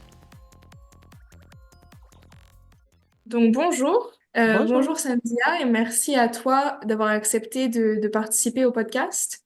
Premièrement, est-ce que tu pourrais te présenter pour nos auditeurs et auditrices? Oui, bonjour, ça me fait grand plaisir d'accepter cette invitation. Donc, mon nom est Sandhya Vadlamudi et je suis présentement directrice générale à l'Association des intervenants en dépendance du Québec. Et avant de travailler pour l'AEDQ, tu as été directrice de l'organisme Cactus de 2012 à 2019. Et justement, pour cet épisode, on a commencé à discuter un peu de l'ouverture du site de consommation supervisé de Cactus avec Louis Letellier de Saint-Just et Fred Tessier. Et j'aimerais savoir si tu pouvais nous parler un peu plus des défis que ton équipe a rencontrés pour l'ouverture de ce site en 2017. Quand on travaille en transformation sociale, s'il y a une chose dont il faut être conscient, c'est que ça prend du temps.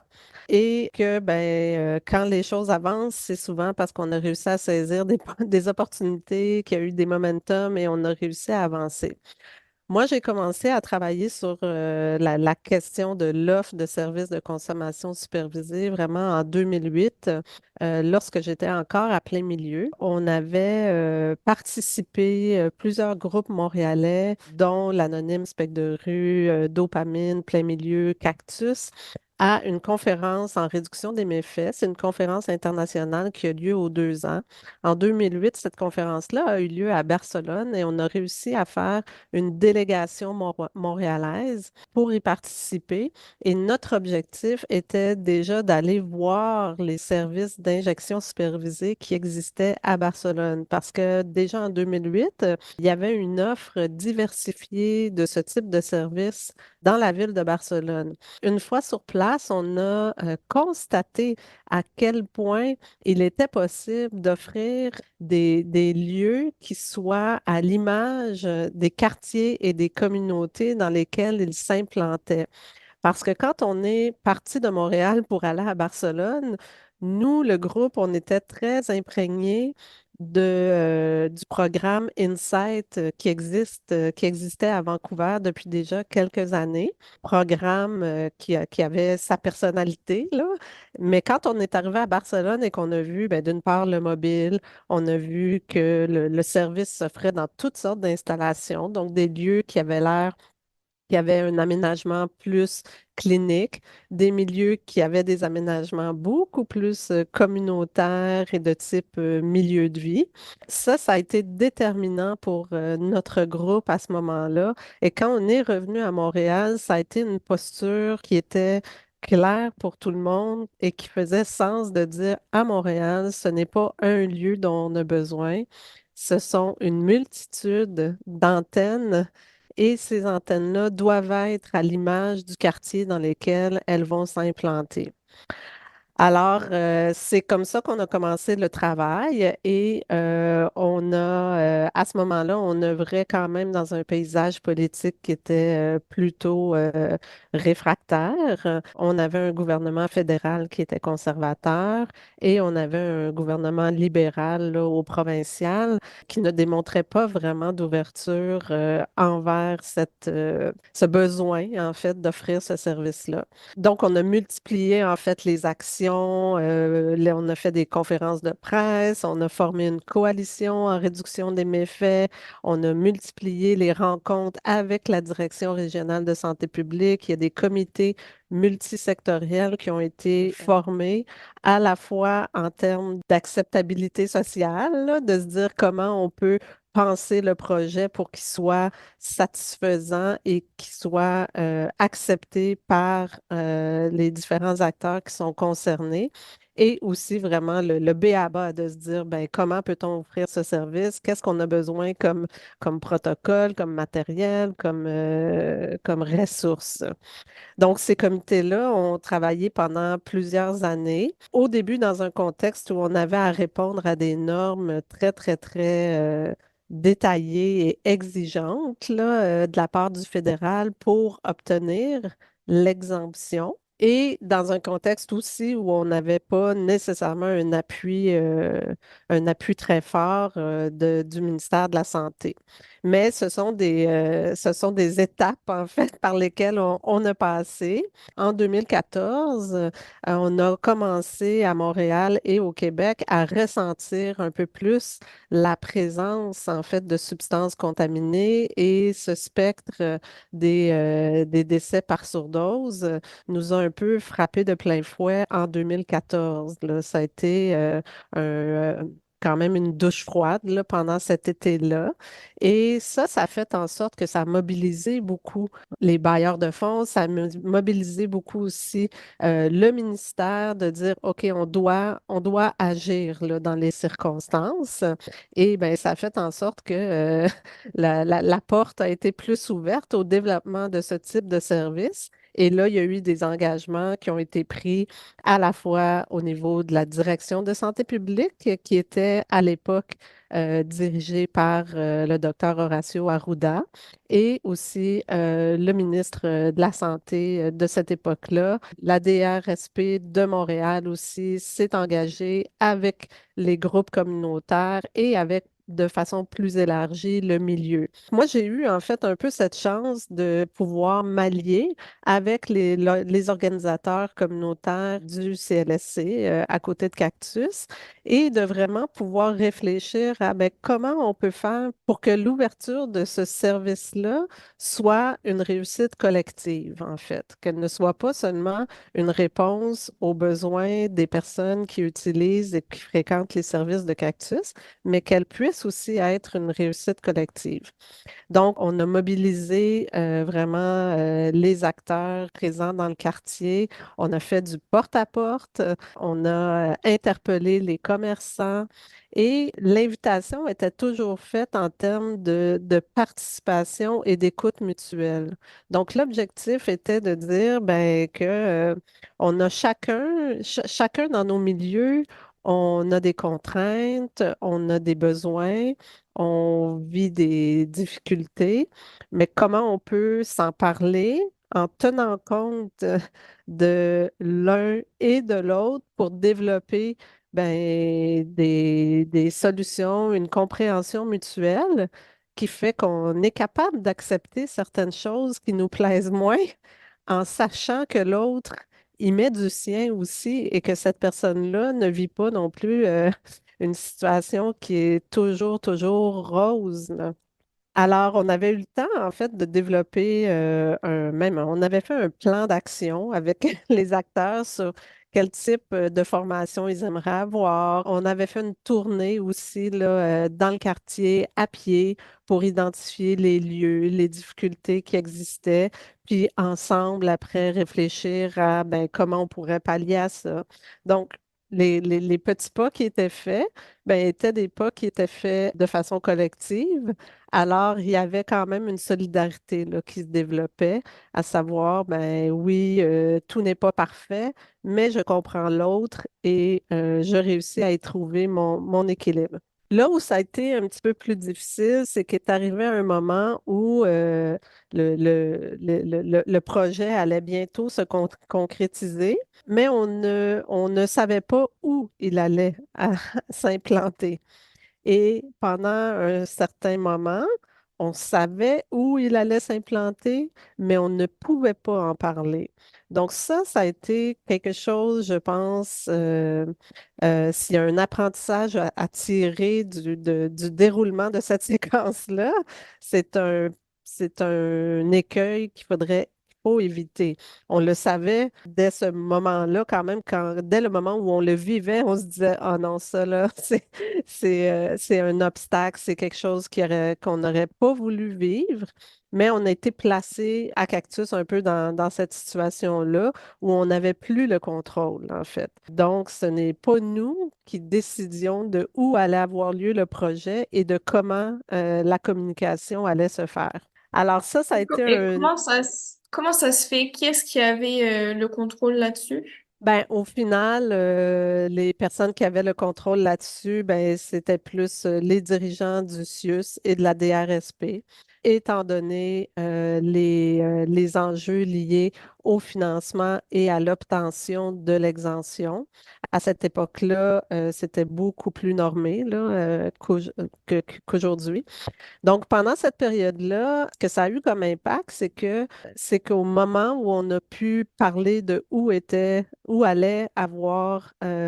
se concrétiser le projet, ben, on avait perdu beaucoup de temps de maillage avec notre milieu et ça a été vécu un peu comme une surprise par l'environnement immédiat qui ne s'attendait pas à ça et qui même, en fait, a vécu une espèce de ben, pour certains, une espèce de trahison parce que c'est pas là où on pensait que le service allait avoir lieu pendant toutes les années où on s'y préparait collectivement. Et donc avec Fred, on a parlé un petit peu de ces tensions, mais si vous pouviez nous donner quelques exemples de tensions qu'il y a pu avoir avec les voisins. Quels seraient les plus marquants dans votre expérience? Ben, de mon expérience, qui était l'expérience de direction générale, en fait, de l'organisation, donc qui n'est pas la même expérience que Fred, parce que Fred, lui, était directement sur le terrain.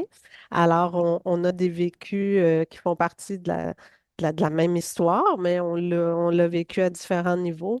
Ben, en fait, moi, mes expériences les plus marquantes sont avec les voisins immédiats des personnes qui étaient dans des appartements directement en face du service et qui en vivaient, en fait, qui vivaient un peu les contre-coups qui étaient directement liés à notre présence. Bien sûr, le quartier n'a jamais été un quartier paisible le soir, la nuit. C'est toujours été un environnement où il y avait de l'activité. On se met en contexte, là. On est directement au centre-ville, à 2 pas des faux-faunes électriques. Il y a des restaurants fast-food ouverts 24 heures, donc ça bouge, là. Mais nous, on arrivait quand même avec des gens qui pouvaient bavarder devant notre porte, des personnes qui arrivaient aussi en auto. Et là, ben, si quelqu'un entrait dans le service, ça se pouvait que la personne dans l'auto attende et ait de la musique aussi plus forte dans son auto. Donc, il y a une certaine, ben, il y a des tensions qui se vivaient et pour certaines personnes qui habitaient dans les meubles juste en face, il y a aussi un peu une détresse là, psychologique qui pouvait s'exprimer, qui pouvait se vivre parce que quand on est un peu, quand on est privé de sommeil, quand nos habitudes changent, c'est difficile. Donc, il y a eu des moments où c'était très chargé, en fait, c'était très émotif. Et pour moi, en fait, ça s'est aussi manifesté comme certaines menaces aussi à mon intégrité là, pendant un certain temps. Donc, ça a été, moi, une période où je me suis quand même ancrée dans ce désir de dire non, on poursuit cette collaboration-là. C'est important de maintenir les canaux ouverts et de ne pas créer un éloignement. Et c'est comme ça, en fait, que je pense que j'ai poursuivi. Puis, ben, quelques mois après l'ouverture, ben, il y a une tension qui a diminué. On n'a jamais réussi à tout résoudre et à faire en sorte que l'ensemble du voisinage était heureux de notre présence. Mais on avait quand même, je pense, réussi à faire des modifications, des fois qui peuvent être peut-être toutes simples, comme modifier l'éclairage extérieur pour éviter d'éclairer les chambres à coucher en même temps des résidents de l'autre côté de la rue, comme aussi faire vraiment attention pour accompagner les personnes qui sont à l'extérieur et essayer de maintenir un certain niveau de bruit qui soit plus acceptable pour tout le monde, sans mettre non plus les intervenants dans des situations où ils doivent jouer aux agents de sécurité. Là, c'était pas ça l'idée, mais c'était d'y aller en termes d'accompagnement, puis de se dire, ben, on est dans un milieu, puis on essaie de bien s'intégrer dans ce milieu-là. Merci beaucoup, Sandia, pour ton témoignage, qui vient très bien compléter les propos de Fred ainsi que ceux de Louis. Malheureusement, 7 ans après l'ouverture des premiers sites de consommation supervisée à Montréal, les organismes communautaires rencontrent toujours autant de difficultés. Donc pour en témoigner, nous avons décidé d'accueillir Andréane Désilé au micro du Baladop. Bonjour Andréane, merci beaucoup d'être avec nous aujourd'hui. Pour commencer, est-ce que tu pourrais te présenter ainsi que nous parler un peu plus du projet de site de consommation supervisée de la Maison Benoît Labre? Je suis Ariane, je suis directrice de la Maison Benoît Labre depuis maintenant 8 ans. J'entame ma 9e année à la Maison Benoît Labre. Benoît Labre qui est une ressource en itinérance, contrairement en fait, à beaucoup d'autres ressources qui ont ce type de projet-là.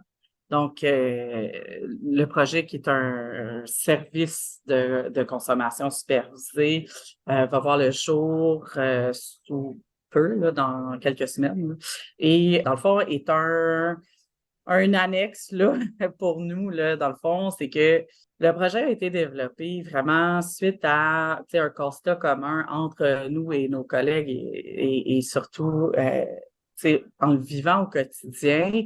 on avait un portrait d'une occupation, du moins, ou là, excusez-moi la terminologie, là, je vais dire une clientèle qui venait dans notre ressource qui, au-delà d'avoir, tu sais, de vivre une grande situation de précarité ou de marginalité urbaine, ou, tu sais, avait des besoins qui allaient bien au-delà, finalement, d'être juste un espace de type drop-in, tu sais. On a commencé par se dire, ben, c'est sûr que si on commence à donner du matériel, ça pourrait être intéressant. Le projet a commencé par étant un espace, un bureau d'accueil au sein même de la ressource. C'est juste un bureau où on donnait un peu comme tous les sites là, d'échange, dans le fond, de matériel. Donc, on avait ce bureau-là. Puis, il faut comprendre que Benoît Larbre, dans la pandémie, est resté ouvert une halte de chaleur. Fait que plus ça allait, plus il y avait de gens qui venaient, puis de gens qui avaient des besoins super variés. Donc, tu sais, pour mieux répondre à tout ça, on s'est dit, bon, comment on répond à la fois, tu sais, aux besoins, oui, au niveau des personnes qui consomment, d'avoir des espaces qui, tu sais, leur ressemblent et leur permettent de pas avoir à faire le tour de la ville, là, dans le fond, pour avoir accès à un repas, une douche et peut-être une pépère, mettons. Donc, on était vraiment dans cette optique-là. Moi, ça fait déjà presque 6 ans là, que je travaille sur le développement de la nouvelle construction.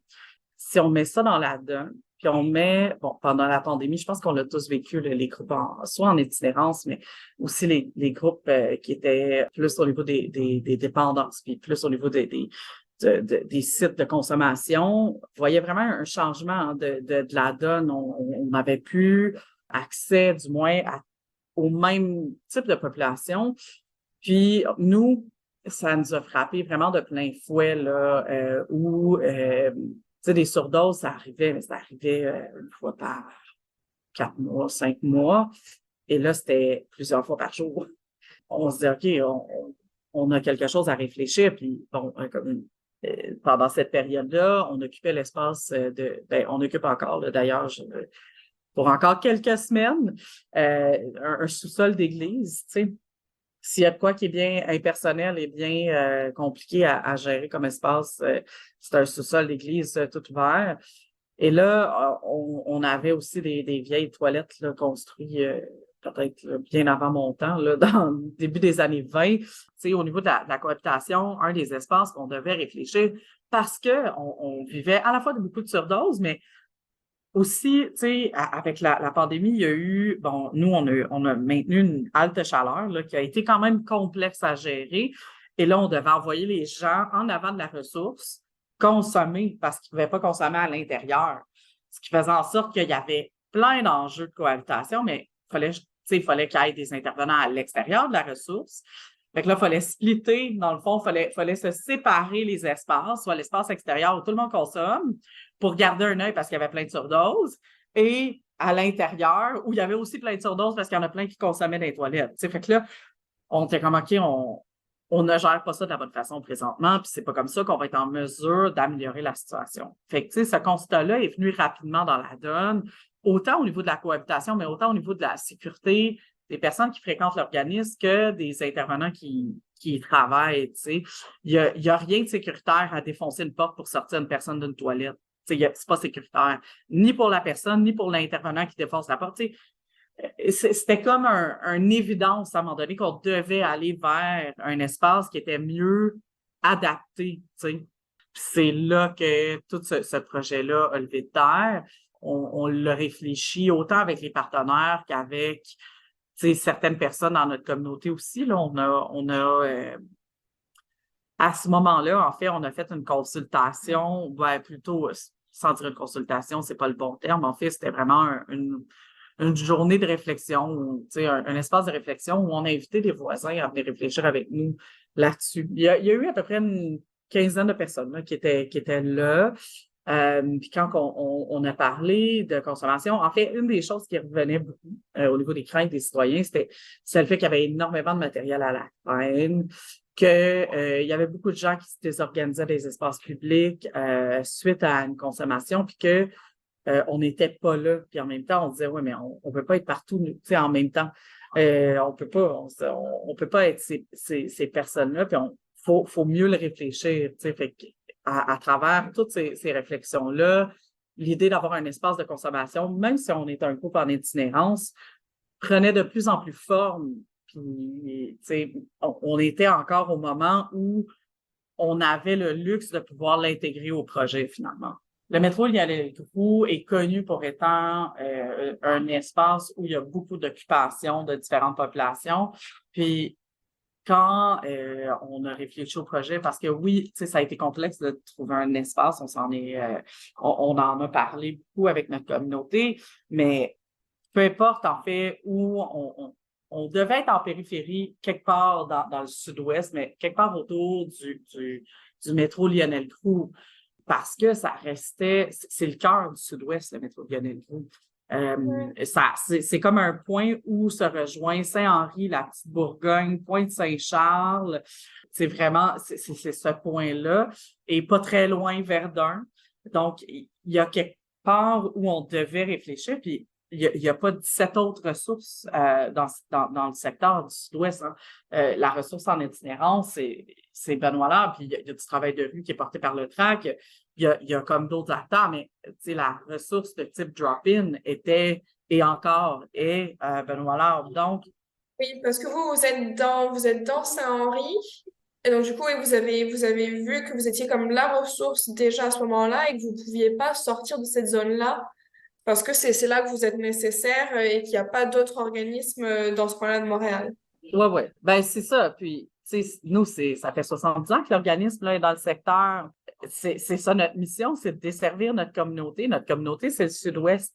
Donc, tu sais, à travers ça, il y a eu beaucoup de recherches d'espace. Tu sais, on savait là, qu'il y avait des voisins qui étaient une école primaire.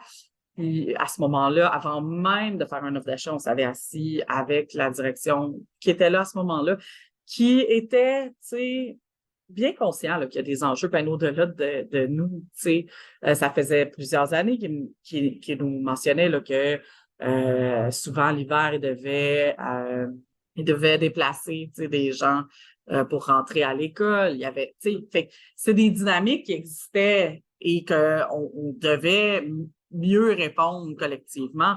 Puis le déménagement de la maison Benoît-Labre s'est fait dans cette réflexion, tu sais, c'est orchestré dans cette réflexion commune qu'on a eue à plusieurs groupes pour se dire, OK, comment on fait pour mieux répondre à ce moment-ci, sachant que, dans le fond, on a une ressource en itinérance, c'est Benoît-Labre, puis elle est trop loin pour permettre de répondre à cette espèce de besoin qui prend de l'ampleur puis prend de l'ampleur. Fait que nous, quand on a acheté ce terrain-là, c'était vraiment dans cette optique-là de mieux répondre finalement. Physiquement, là, c'est vraiment au coin de Atwater et Notre-Dame, on pourrait dire. Là. C'est un espèce de drôle de coin là, qui a une vie là, en biais du marché Atwater. Et c'est un espace qui est plein de vie, toutes sortes de vie, en fait. Fait que c'était vraiment Ben, c'est ça. Fait que c'était de s'implanter dans notre communauté, puis de répondre à des besoins, puis d'être utile pour notre communauté aussi, tu sais. Si on a regardé plusieurs espaces, puis je veux dire, se retrouver dans le fond de la rue Saint-Patrick ou dans le quartier industriel où les gens ne seraient pas déplacés, on aurait investi beaucoup d'argent pour répondre partiellement à des besoins. On devait s'assurer d'être le plus accessible possible aussi. Après, si on parle un peu plus peut-être des challenges et des confrontations que vous avez eues dernièrement avec les populations riveraines, les populations qui vont être à côté du centre, qu'est-ce que vous pouvez nous dire là-dessus? Je pense que il y a beaucoup de facteurs dans tout ça. À quel point la population générale est consciente de ce qui se passe actuellement.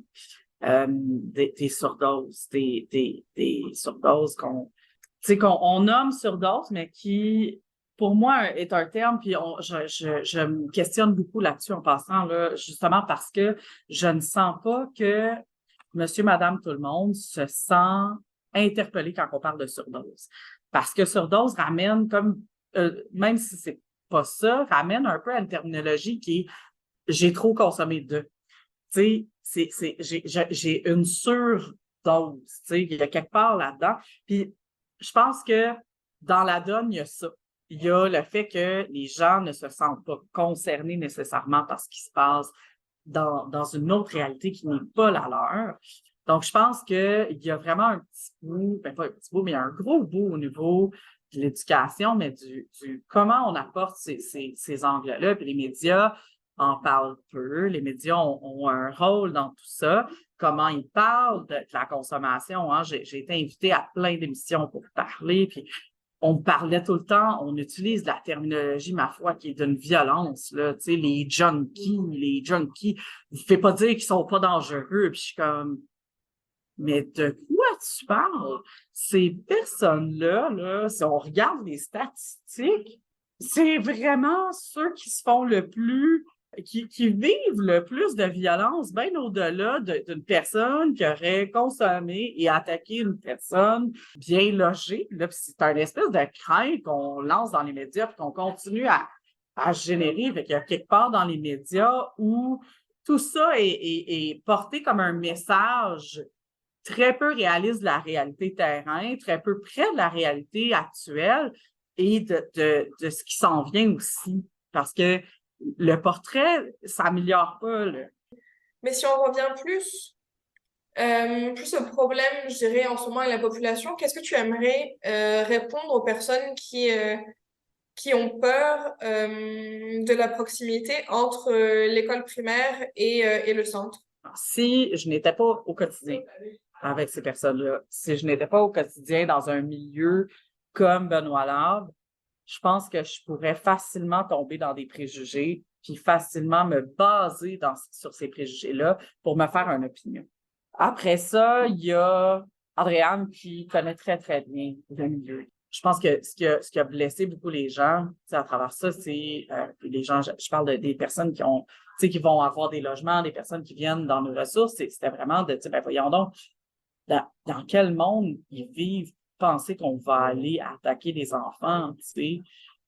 Nous, on sait que non seulement ça va avoir un impact positif autour, mais que c'est des moments, tu sais, moi comme parent, là, ce sont des moments dans lesquels, quand ma fille croise une personne, tu sais, qu'il y a des comportements qui peuvent paraître bizarres, mais ce sont des discussions qu'on va ouvrir, tu sais. Ce sont des discussions, bien sûr, à la hauteur de ses compétences et de sa compréhension d'une petite fille de 9 ans.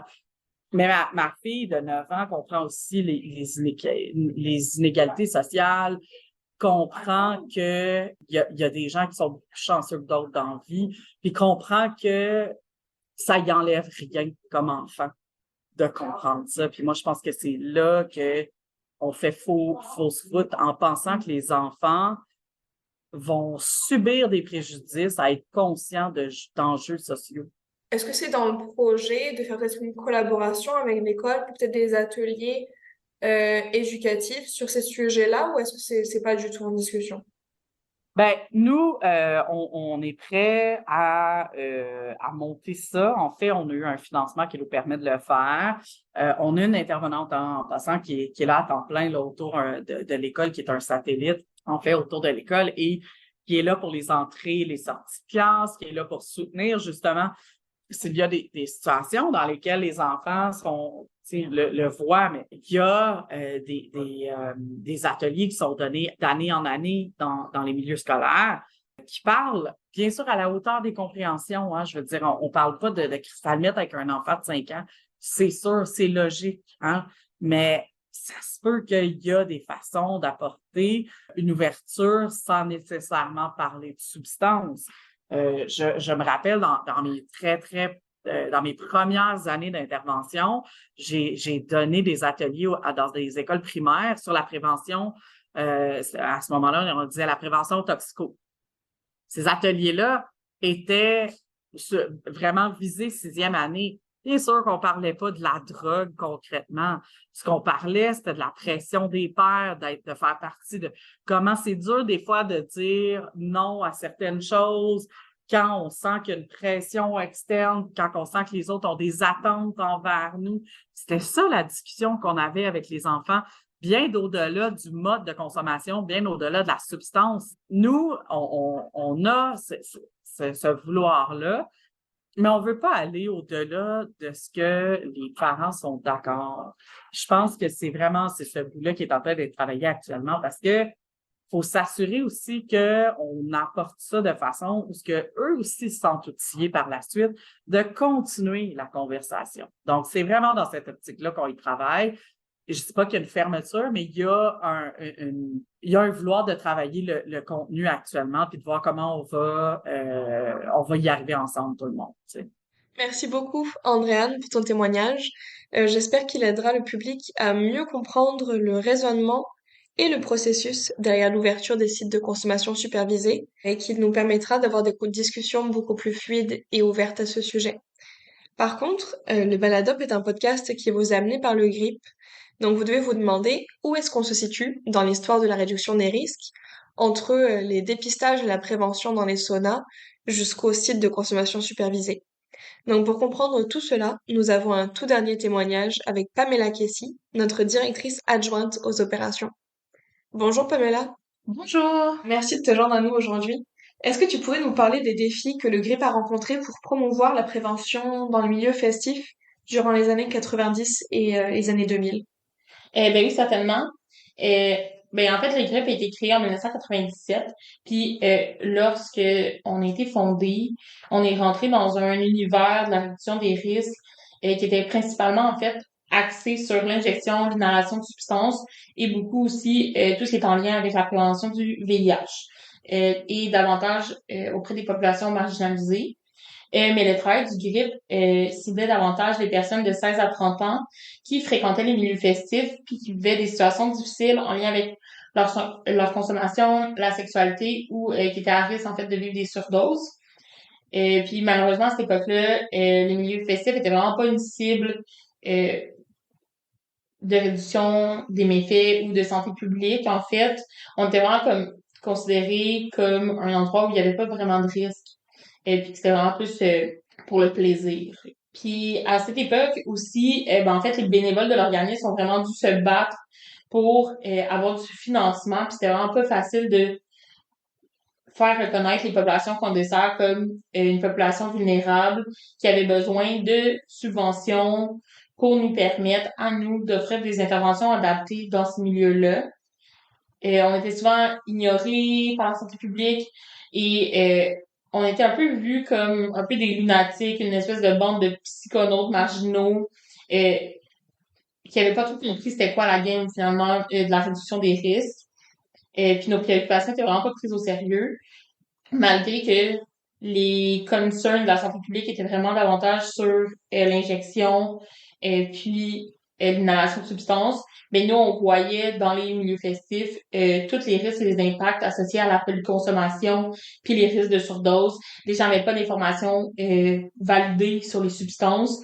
Puis tout le monde croyait le bouche à oreille de leurs voisins sur comment s'informer sur les substances. Puis c'était vraiment ça notre priorité lors de la formation, c'est d'aller cibler ces populations-là puis de leur donner accès à de l'information juste.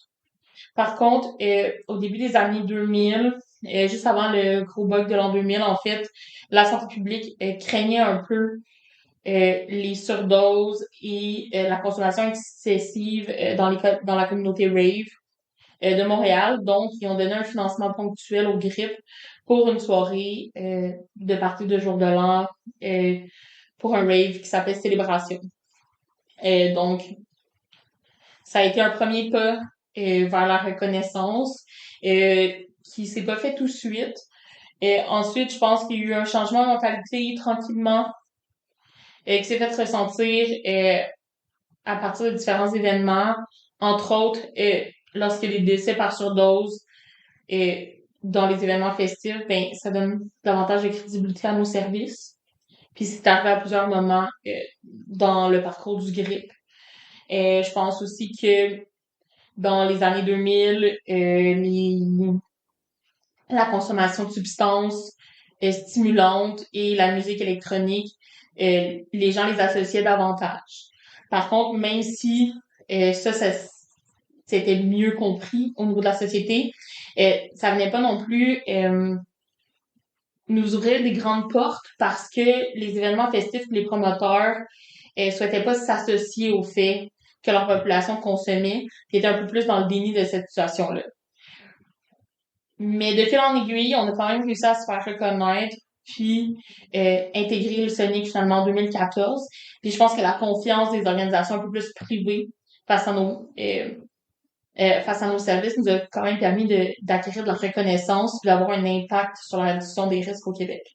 Mais on a vu aussi un réel changement de la reconnaissance des services du GRIP et des services en milieu festif en réduction des risques à partir du plan interministériel de 2018, où il y avait pour la première fois une reconnaissance que la population des milieux festifs était une cible de santé publique. Pour nous, ça a été un progrès significatif dans nos interventions et dans notre façon de travailler. C'est aussi à ce moment-là qu'on a finalement reçu un financement afin de développer et d'implanter un service d'analyse de substances au Québec, qui était quand même un des projets initiaux à la création du GRIP. Et ça nous a pris plus de 20 ans avant d'avoir les mesures et les capacités de développer ce rêve de Jean-Sébastien. Mais je pense que ça aussi, ça a eu un réel impact au Québec d'être le premier service d'analyse de substances mobile à être créé au Canada. Et en plus de promouvoir la RDM en milieu festif, quelles sont les autres influences que le GRIP a pu avoir sur cette approche au Québec? Quand on parle beaucoup au niveau des milieux festifs, je pense que la vision du GRIP a changé, puis on essaye d'innover. Puis pour nous, c'est vraiment une approche où on veut réduire les risques associés à fréquenter les milieux festifs et non à consommer. Pour nous, il y a un continuum de services qui doit être offert dans le but de créer des espaces davantage sécuritaires et davantage inclusifs pour les personnes qui les fréquentent finalement. Pour nous, ça passe par un message de transformer la culture de la fête, de créer des milieux justement inclusifs où tous et toutes ont accès à une fête qui va être sécuritaire. Et c'est un peu la mission aussi de notre projet Spotlight qui vise à prévenir et intervenir en contexte de violence à caractère sexuel.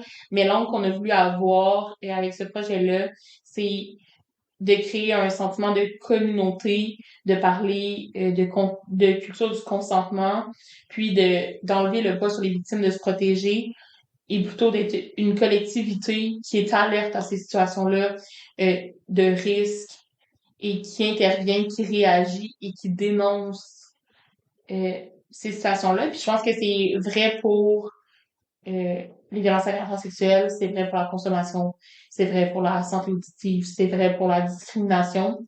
Pour nous, la collectivité puis le sentiment de communauté dans les milieux festifs, c'est un peu le meilleur moyen finalement d'avoir un milieu plus sécuritaire, mais aussi de réduire les risques associés à la consommation ou réduire les risques associés à fréquenter ces milieux-là parce qu'on veut que ça soit dans le plaisir finalement. Ok. Et oui, parce qu'en effet, comme quand tu donnes les ressources à une communauté de prendre soin d'elle-même, ben, c'est là que tu vas pouvoir au mieux réduire les risques. Ok, ben merci beaucoup pour tout ça, Pamela. Je pense que c'est vraiment super important de garder en tête que la réduction des risques, ben ça, c'est pas juste concentré sur la dépendance et les populations marginalisées. Il y a vraiment beaucoup plus de contextes, de milieux et de populations qui peuvent être à risque. Et c'est essentiel de comprendre ça afin de pouvoir regarder toute l'histoire de cette approche-là au Canada. Donc merci. Pour conclure, j'aimerais remercier nos invités, mais aussi le Centre Phi qui nous a accueillis dans leur beau studio d'enregistrement. Mais j'aimerais surtout te remercier, toi, pour avoir écouté cet épisode. Si tu aimes le balado et que tu souhaites nous soutenir, on t'invite à t'abonner au podcast et à faire un don sur le site internet du GRIP, où tu pourras en apprendre plus sur nos services d'intervention en milieu festif, notre service d'analyse de substances, nos formations ainsi que notre matériel éducatif. Pour conclure, j'aimerais surtout te rappeler que si tu choisis de consommer, choisis aussi de t'informer. N'oublie pas d'être à l'écoute de toi-même et des autres, sans stigmatisation ni tabou, parce que parler, c'est déjà réduire les risques.